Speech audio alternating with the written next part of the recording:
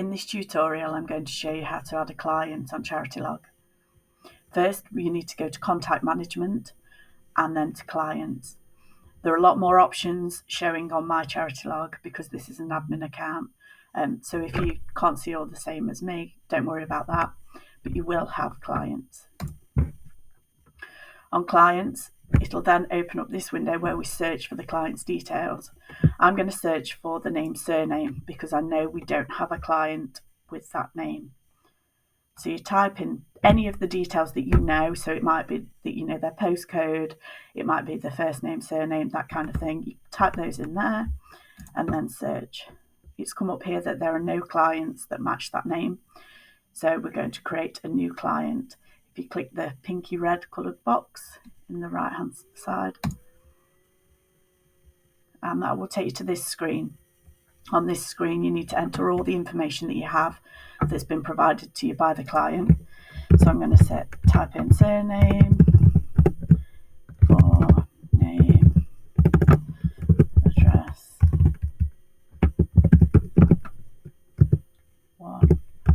address.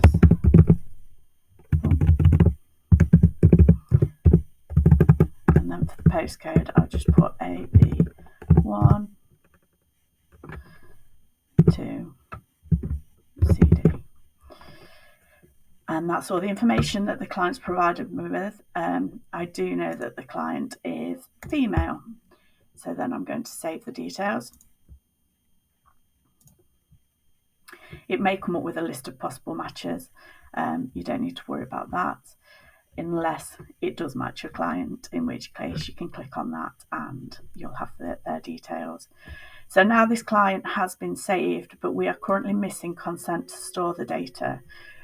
When the client's giving you the data, it may be that they've given you it on a form and they've ticked a box to say they consent to store the data, or it may be that you're on the phone to them and so you would need to ask for consent. Once you've gained that consent, you select the box on the left hand side under main details. Again, there'll be more options showing on mine than yours, but you go down to GDPR, click that, and then you've got this screen. Let me show you it all. And on here, if they've got specific preferences, like they don't mind that you send them an email, but they don't want texts or don't want letters, you can select their options there. We don't send out text messages and emails or letters unless we need to. So it's not like we're going to be using it for promotion or anything like that.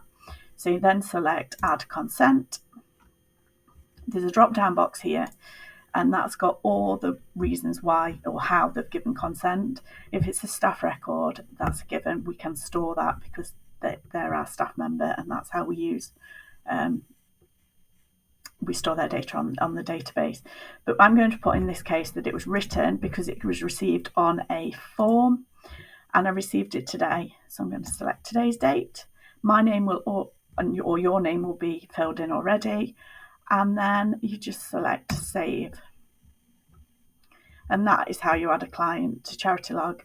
So now when we go back in and you search for that client, the client will be here. If you want to then go into their record, you can select View or select their name. And you're in. Hope that's helped.